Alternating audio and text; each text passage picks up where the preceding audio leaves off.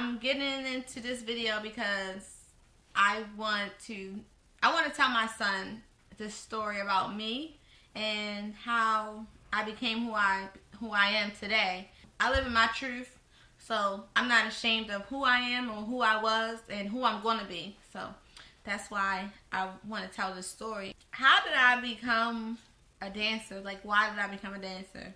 Before I get into that, my upbringing, I grew up as a Muslim. It was a real disciplined household lifestyle, and we had to follow suit. I used to wear khimar when I was a little girl. We had to pray 5 times a day. We had to listen to our parents. Couldn't question God. It was just that. I had some things going on in my life, but it kind of messed me up in my head when I was growing up, and it kind of affected me as an adult. You grew up as a Muslim and then you became a stripper. I just became so open with my sexuality, and it probably made some people feel uncomfortable or just question who I was. I was molested when I was a child. I was raped as a child, by a family member, someone was close. So I don't know if that plays an effect of why I did the things that I did. Maybe it did, but I don't know. I just went on with my life the best that I thought for me. So when I was 18, I moved to Florida with one of my friends. Well, one of my friends was already living there. They was going to school. It was one of my best friends. And I just said that I wanted to go. When I was 17, I said, when I turn 18, I'm going to be a dancer. I thought that was going to be the answer. It was going to, fix my life. We saw Pretty Woman, Players Club, and any other movie that had dancers in them. We thought that was, going to help us, especially lost girls, I would say. It's just like being, when you're in the lost world, you're going to be a drug dealer or a stripper. And I went to be a stripper. So I moved to Florida. This is the craziest situation ever, really. My friend Matt did not answer the phone. His phone just kept going to voicemail. And when I got there on the plane, my sister said, when I get there, call her phone. When I get to him, not get there, when I get to him, she said, call her phone. I could not get in contact with my friend Matt when I got to Florida. So I called my sister anyway, and she said, call me when you get in his car. Mind you, I did not get in contact with Matt. So I called and I looked around some strip clubs at the payphone while I was at the airport. And I found some strip clubs. I called them. They told me to come on by tonight, I can get a job. So I'm like, okay, well, if Matt's not answering, how am I going to get to where I have to get to now? So I went to the person in the airport and I told her what was going on. So she gave me a number to a shelter, and she said, this bus will drop me off right in front of the shelter. And I'm 18, I went to Florida, and I'm about to stay at a shelter, and I'm about to be going to a strip club. I could not freaking believe that this was about to be my life. So I got on that bus, and I drove about 30 minutes, and we made it to the shelter. I got out of that bus with my bags. I was so scared, but it was something inside of me that kept saying, do what you gotta do, because I was afraid to tell my sister what was going on. So dumb. Anyway, so I went to the shelter. The lady was nice, but the people there scared the crap out of me. I was like, I don't know if I'm gonna be able to survive. So that night, I was supposed to meet at the club at 8 o'clock. So I told the lady, I said, hey, I have a job interview. And she couldn't believe, she said, you have a job interview today, this time of night. And I told her where I was going. I said, I'm going to a strip club. And she was shocked that that's what I wanted to do, but I'm grown. She said, just be back by 9 o'clock. She gave me a time, so I said, okay, cool. I went down the street, got this job. And when I went there, when I walked in that door, when I saw the strippers, this girl, her name was Victoria, by the way. She had the longest black hair ever. She swung that hair. And that's what I remember about walking into the strip club, Victoria, swinging her long black hair, giving someone a lap dance. And that scared the crap out of me. I'm like, is this what I want to do? I didn't look nothing like her. She was really built, big woman, not stocky, but she was a big, voluptuous woman. And she was so sweet too. But I just could not believe that this was what I was about to do. So I went in and I met the manager, and he was looking at me and he said, "Oh, you look nice." I was 18, show ID. And he said, "So can you put an outfit on for me?" And I was like, I said, "Yeah, you know, where's your shoes and your outfits?" He looked at me, he said, "Baby girl, this is not the movies." And at that moment, that's how I realized I was really naive. Like, when I think about it, I was really naive. I thought that all clubs had clothes and shoes in the back clothes. But that was nasty though. But, you know, as I became a dancer, I realized that was disgusting. That I would think that, you know, that they would have clothes and shoes lined up for us to wear. But it wasn't like that. I had to bring my own stuff. So he told me to come back in the daytime and speak to the manager then. And I came back in the daytime. But the reason why he told me to come back in the daytime, because he said I was not ready for nighttime. Like, he said, "You're not ready. You need to work daytime." So I left, went back to the shelter, wound up talking to my friend, and I wound up going to stay with him. So I didn't have to share the shelter anymore.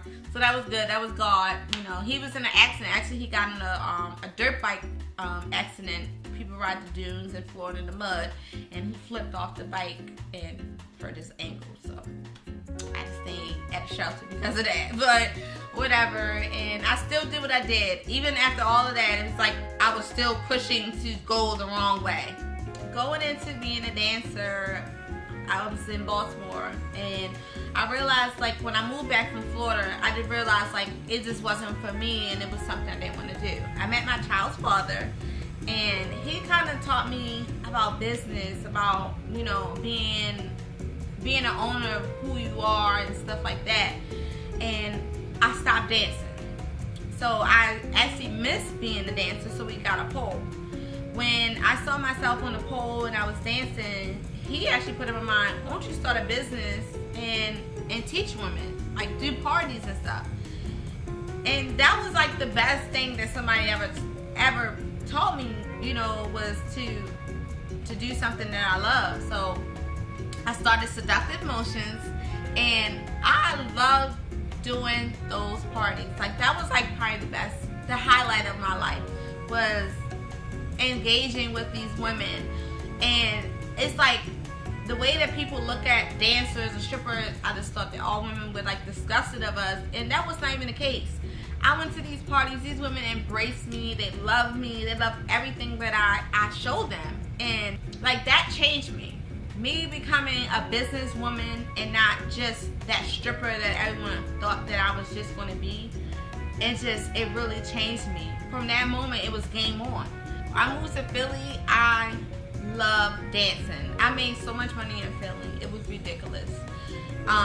From even the networking of the pole studios, and my girl Pinky, Miss Lauren, she gave me a chance, and I was working at her studio doing workshops. That's what I would say. I was doing workshops in her studio, tone and twerk. They were just amazing. You know, I got into fitness really heavy. I started to eat right, and my mind started changing. Even though I was still in the clubs, I was like this different person. Like, I was health, fitness. I was, you know, I was just so different, I would say. Like, I was just moving into a positive direction. Mind, body, and soul. Like, that's who I was. Like, and I still feel like that. I still believe that. But I haven't been working out like I'm supposed to. I haven't been. You know, my son keeps me on my toes, and just working, period. You know, being a working mom, I feel like it's not enough time in my day. When I was at the highest of my life that I feel in my business, I had just did my second tone and twerk workshop, and I was feeling really good, and I found out I was pregnant with my son. I was ecstatic to find out that I was pregnant with him. I was really happy. And at the same time, I just kept saying, "Oh, I'm still going to do this. I'm still going to do this." I had, I won't say a horrible pregnancy, but in the beginning of my pregnancy, I couldn't even tell anybody I was pregnant because I had PCOS. With PCOS, I had miscarriages before, so I didn't want to like tell everybody like I did before when I'm pregnant and then have a miscarriage. So we wanted to keep it to ourselves. But not even just that, I was like on restriction. You know, I was a high-risk pregnancy, so I couldn't even work out. I couldn't even do nothing in the beginning of my pregnancy. So I was going to my fitness classes, and some of the ladies will tell you that I had to wind up telling the people in my class because I couldn't do anything. You know, I was only telling them, I showed them one time, and then I was like, that's it, you guys got to do it, and I was around there to pump them up. But I couldn't even move because I didn't want to lose my baby, so I had to tell my clients that I was pregnant. So they were like the first people who knew, besides my family. Sorry guys, my clients knew first. But that right then and there, going into my second trimester, I still did not work out. I did like a little stretching, but I was like tired. I was just hungry. I just wanted him to come on out. I just wanted that due date to happen. And then after I had him, I tried to eat right a little bit, but to me, having a quick meal was even better. You know, if I could get something, a quick burger, you know, that was for me at the time. But now I'm ready to get back to the healthiness. But now I have people ask me, like my mom asked me the other day, could I do a pole party for her? And if I can't, can I do a cheer party? And I was like, yeah. Then I have another friend who wants me to teach her twerk, you know, how to twerk for 2019. And, you know, I want to do these things, but it may be on my private time, my own time, but I don't want to do that as a business anymore. You know, I don't want to hustle and bustle like I was doing before I had my son. Like, I didn't envision me having a child. Because of my PCOS, I'm like, I have miscarriages. It's probably never going to happen. So I just lived for me at that moment, and I didn't really think about a real future. You know, I thought about maybe making it, but I never really thought about securing, you know, my bag and securing that future for myself. So I was always hustling. Everything I did was a hustle. You know, I messed up in a lot in my life because I wanted to go after everything fast, everything that was right then and right now, and I'm still fixing those mistakes that I did as a child now as an adult because I was thinking fast money, fast, and that's what mostly all strippers think about. It's just that fast money. Like, what can you make today? What can you do now? And like, I don't want to think like that no more. Like, I don't want to do that, especially not with a child. Like, I need to know that every 2 weeks or every week I'm gonna get this money. And even if I do go into my own business again, I still would like to have a little security at the back end, you know, because you don't want to be in that lifestyle with kids. Like, that's not fair to them. I don't think it's fair for my child to come into this world and I can't give him anything, or I can't supply the things because of what I chose to do. So from this day on, I'm thinking about what can I do to better me and him, you know, his future. And dancing wasn't it. It is a hard transition of being from a dancer and actually working. That is really hard because being a dancer, it was kind of easy, even though it was an up and down hustle, is that I was always making money every day. You know, what I make at my job now, I can make that in an hour being on the floor, 30 minutes being on the floor, a stage set. You know, that's what I make in my check every week. And I said it in one video, like, but that's very humbling to me that I can come from that and then now I'm this. And it's a lot different. Just that time, like, I just feel like when I first had my son, I was at home. And I spent a lot of time with him. And now that I'm at work and I have to have someone cater to him and watch him while I'm at work, I feel like I'm missing out. I'm missing out on a lot of my son life. You know, I'm tired when I come in from work. I don't even really want to deal with him, but I have to. And he brings joy to my life, so I have to deal with him. But once the time goes, I'm like, oh, when is he going to go to sleep? You know, when is it bedtime? Like, that's what I'm pushing. Or me getting off work is like straight, hello, hey, how you doing? Dinner time, bedtime. That's my time with him, dinner time, bedtime. Like, I don't think any mom wants that. That's not a life that we envision. That being away from our children, whatever. Me in this case is my child. I'm always away from him, and it sucks. It really makes me sad that this is my life. It makes me sad that I'm away from my son and the job that I have to do. I work at a bakery. This is not even what I want to do. This is not even who I want to be. I just keep it moving, and I just try to have a positive mindset for my child.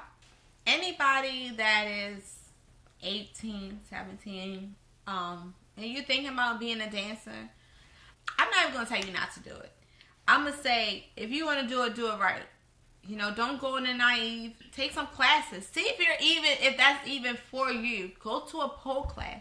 Go into a strip club and actually see how these girls actually work.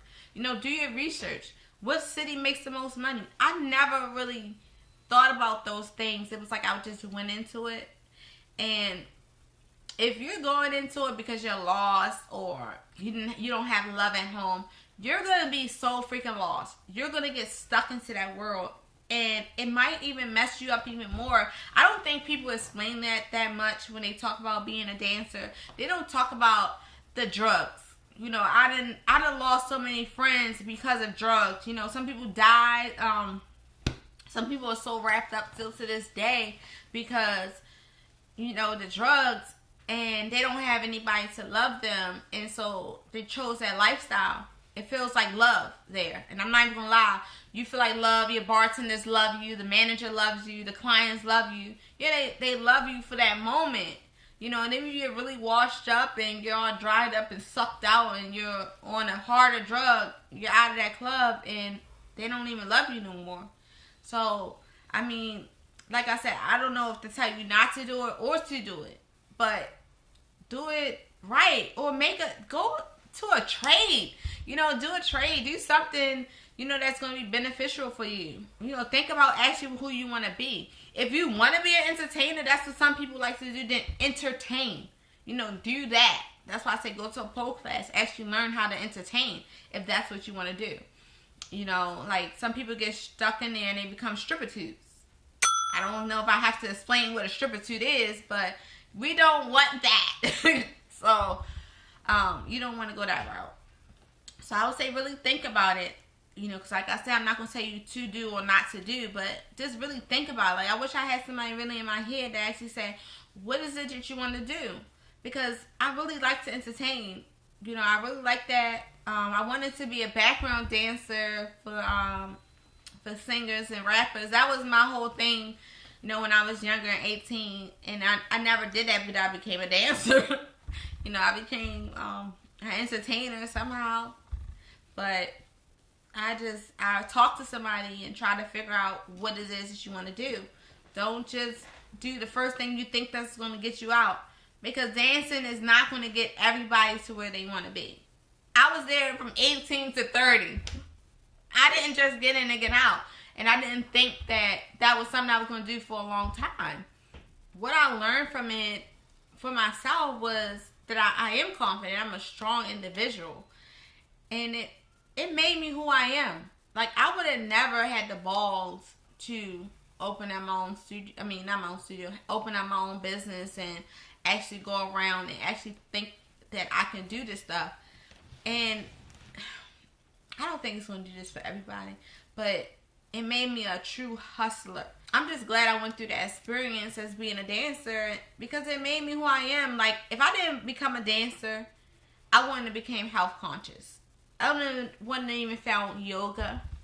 Like, I started doing yoga and working out, eating right. Like, those things, I would not have became that person if it wasn't because of dancing. So, I don't think it's all bad. So, guys, that was my story. And it wasn't even a long story, but it was just, who I am and who I became. I'd rather me tell my story the best way I can because I left out so much, but I'd rather tell y'all the best way I can about who I am. Well, for my son especially, because that's what matters to me is my son. But, you know, I want to help anybody too along the way. So if you like this video and you know anybody that was in, so you were a dancer, please like, subscribe, and comment below. Or if you just want to drop some jewels down to me, comment below. And hit that bell button, ding, ding, ding, so that you can get all my notifications from all my other videos. And I hope you all enjoyed this segment. Thanks for watching, guys. Enjoy your day.